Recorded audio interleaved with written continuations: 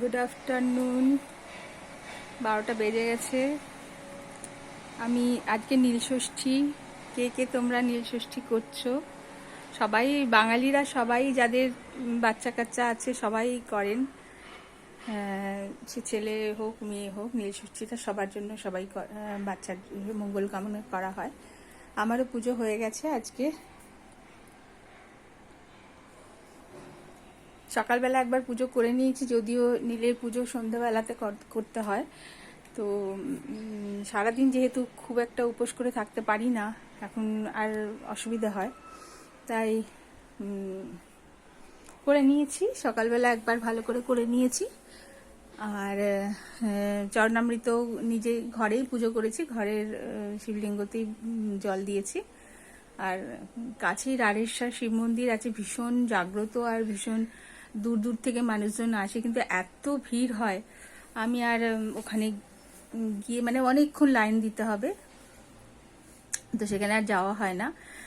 বাড়িতেই দিয়ে দিয়েছি। তো বাবা সব জায়গাতেই আছেন, মন থেকে ডাকলেই হবে, এটাই মনে করি। তো দেওয়া হয়ে গেছে। এখন আবার সন্ধ্যেবেলা একবার ওইরকমভাবেই আবার পুজো করে দেবো। আর ঘিয়ের বাতি একবার এখন জ্বালিয়েছি, ঘিয়ের বাতি তখন আবার আর একবার জ্বালিয়ে দেবো। এই আবার পুজো হবে। আজকে দিনের বেলা আমি এই ফল মিষ্টি এসব খাবো। আর রাতে দেখি রাতে কি খাই।